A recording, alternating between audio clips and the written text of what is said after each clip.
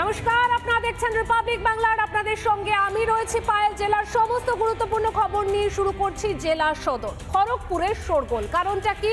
কারণ মেদিনীপুরের প্রাক্তন সাংসদ দিলীপ ঘোষ তিনি যখন এলাকার উদ্বোধনী অনুষ্ঠানে যান, সেখানেও তৃণমূলের অশান্তির ছোক, তাকে বারবার বাধা দেওয়ার চেষ্টা, এমনকি পরপর তাকে লক্ষ্য করে স্লোগানও দেওয়া হয়। কি পরিস্থিতি তৈরি হয়েছিল দেখুন একবার।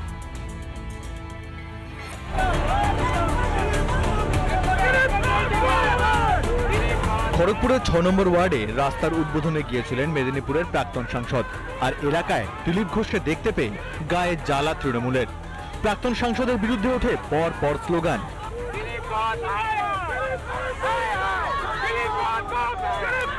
প্রাক্তন সাংসদকে এলাকা ছাড়া করতে উঠে পড়ে লাগে তৃণমূলের গুন্ডা বাহিনী।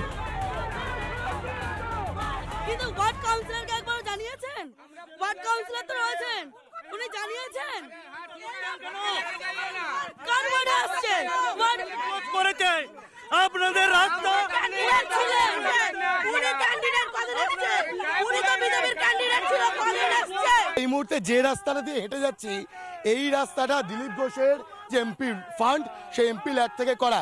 এবং এই রাস্তার উদ্বোধনে যখন প্রাক্তন সাংসদ দিলীপ ঘোষ এসেছেন, সেই সময় তৃণমূল তাকে ঘিরে ধরে বিক্ষোভ দেখাচ্ছে। চলে তৃণমূল কর্মীদের সঙ্গে জোর বচসা, চলে স্লোগান পাল্টা স্লোগান।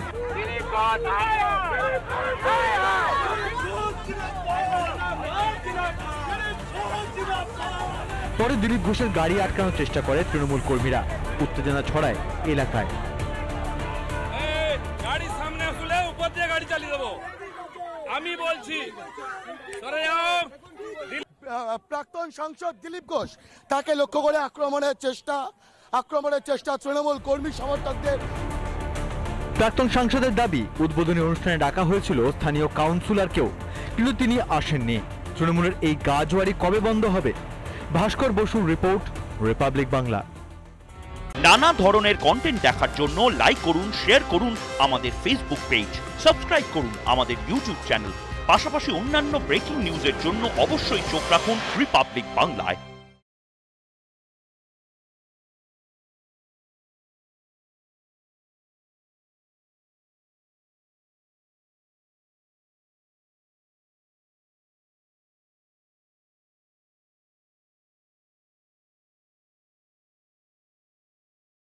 নানা ধরনের কন্টেন্ট দেখার জন্য লাইক করুন, শেয়ার করুন আমাদের ফেসবুক পেজ, সাবস্ক্রাইব করুন আমাদের ইউটিউব চ্যানেল।